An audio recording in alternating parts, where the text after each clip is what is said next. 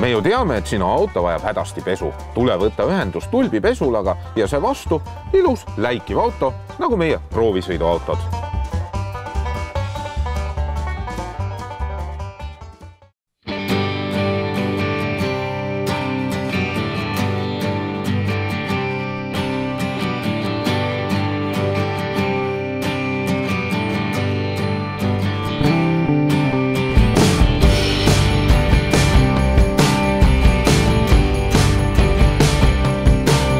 Mullu tähistas oma 20. juubelit Euroopa kõige pisem ja kõige esimene mahtuniversaal. Ei, tegemist ei ole Opel Zafiraga, vaid hoopis Megane Scenikuga, mis sai ka ühtlasi 96. aastal Euroopa aastaauto tiitli. Lõpuks jõudis see mudel ka meieni, aga seda natukene suuremal kujul ja see kannab nime Grand Scenic. Loomulikult on võimalik saada ka Scenikut, mis siis on sellest autost natukene lühem ja 5-kohaline, mitte 7-kohaline nagu see. Viimase aja Renault on saanud suhteliselt edeva välimuse ja seda edevust lisavad veel juurde 20-tollised rattad, mis on ka selles segmendis ainukesed. Aga nende disainimisel võeti aluseks 3 punkti. Võimalikult väike veeretakistus, lisaks ka väike kütusekulu ja visuaalselt selline sportlik ilme. Ja seetõttu on selle auto all suhteliselt kitsad 195 laiad rattad.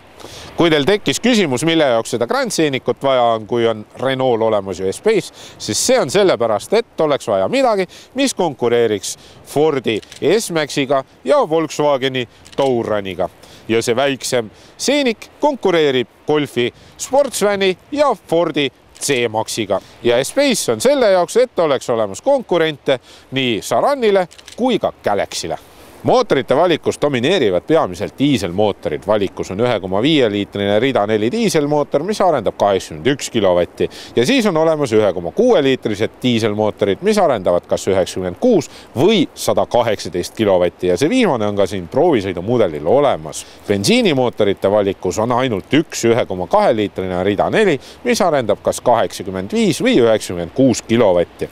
Ja bensiinimootoreid saab ainult 6-käigulise manuaalkastiga.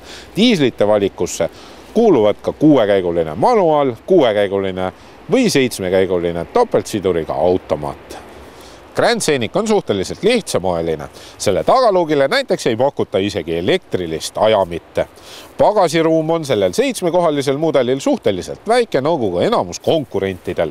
5-kohalisena on see suhteliselt ruumikas, meie 90 sentimeetrine mõõdupuu mahub siia absoluutselt igat pidi ära.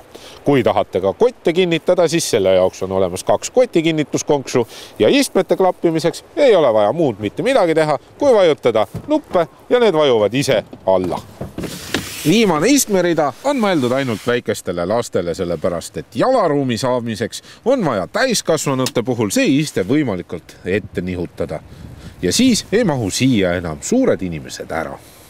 Vaat täpselt nii palju ongi ruumi, kui taga istub täiskasvanud inimene. Aga üldiselt on ka need istmed mõeldud pigem lastele, sellepärast et see istme põhi on suhteliselt madal ja jalgade osa on kõrgele tõstetud. Ja mina istungi siin natukene niimoodi kükakil. Ka seljatugi on suhteliselt püstine ja mina tahaksin natukene rohkem längus istumisasendite. Aga mugavuse poole pealt on, näete siin sellised 2 klapitavat lauda olemas, siis on olemas ka siin keskel 2 topsihoidjat, 2 USB-pesa ja 1 12 voldi pesa. Grand Scenicu esimesed istmed on mõeldud täiskasvanutele, need on sportlikud ja väga sarnased Espace'i omale. Mina leian siia endale väga kiiresti mugavas sõiduasendi, sellepärast et neid istmeid on võimalik väga laialdaselt reguleerida. Ja näiteks mugavuse poole pealt pakutakse juhile ainult massaažifunktsiooni ja seda kõrvalistuja ei saa. Materjalide valik on suhteliselt hea, kõikjal on sellised pehmed materjalid, mis on õmblustega ja see õmbluste osa lisab natukene sellist edevamat ilmet.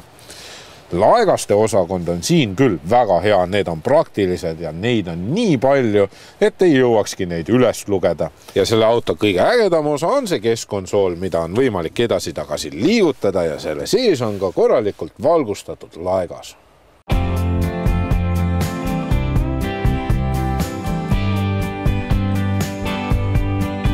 Grand Scenic meenutab mulle sõiduomatustelt kõige rohkem Ford S-Maxi, sest täpselt samamoodi on sellega ka kuidagi hea sõita.